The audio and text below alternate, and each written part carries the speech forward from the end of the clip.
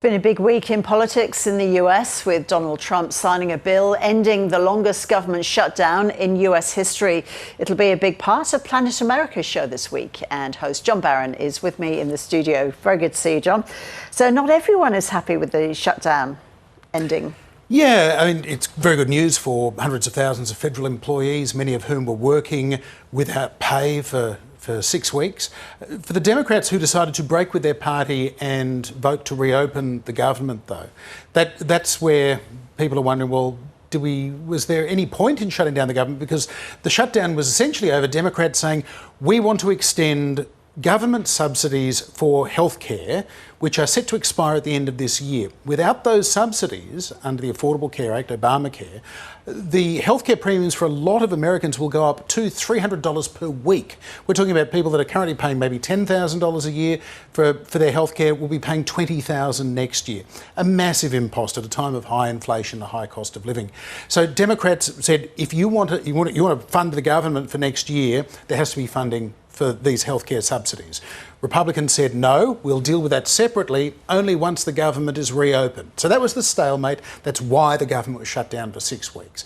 The Democrats that voted to reopen it got in return a promise to have a vote on extending those subsidies in the Senate. But there's likely to be probably 2 votes in the Senate. One is the Democrat proposal for healthcare subsidies. Another is going to be a Republican proposal for healthcare subsidies. And we're getting back to the fights that we saw in 2010 over Obamacare.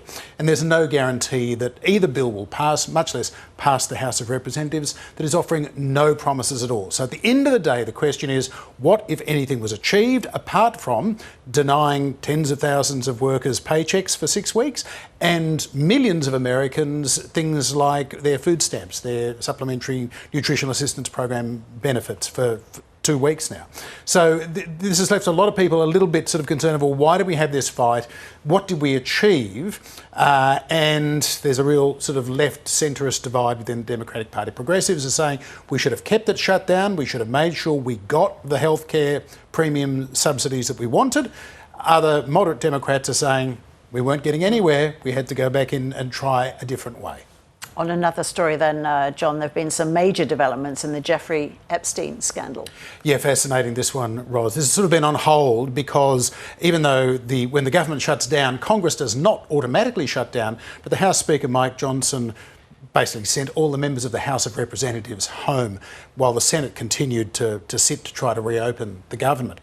But by reconvening the House this week, a new Democratic member of Congress, Alita Grijalva from Arizona, who won a special election in September, she was sworn into office. She became the crucial 218th vote, a majority in the House of Representatives, to vote for what is referred to as a discharge petition, complicated way of saying that they're going to vote next week to force the federal government to release all the information they have on Jeffrey Epstein. The Department of Justice, in the so-called Epstein files, whatever may be there, they're going to vote in the House next week to release that. At the same time this week, we had over 20,000 pages of Jeffrey Epstein's emails to and from Epstein before his death in 2019. That was released by Congress. This is not the Department of Justice stuff. This is stuff that's come from Epstein's estate, basically what was on his computers. And we're getting, by the day, journalists are going through these 20,000 pages and discovering all sorts of potentially quite damaging things for Donald Trump. Essentially, there is nothing yet to say that Donald Trump was in any way complicit in the crimes, that he committed crimes with underage girls that Jeffrey Epstein and Ghislaine Maxwell were guilty of, but that his plausible deniability around whether he must have known what was going on at the time when he was friends with Epstein for a decade and a half, whether his friendship ended in around 2005 before Epstein was ever charged with sex offences, that is also an open question. And then the continued influence that Epstein had over Donald Trump, even into Donald Trump's first term as president. And then the questions on what compromising material Jeffrey Epstein believed that he had, that he could use to blackmail Donald Trump, and whether that information had been shared with the Israelis or the Russians. So there is a lot in this that is essentially Donald Trump's worst nightmare. And while ever he's the one standing in the way of this being released, because even when the House votes next week to say, release everything you've got, The Senate still has to vote and the President still has to sign off on it. It's like a piece of legislation. And he's not likely to want to do that. But then it comes back to, well, if you've got nothing to hide, what are you covering up?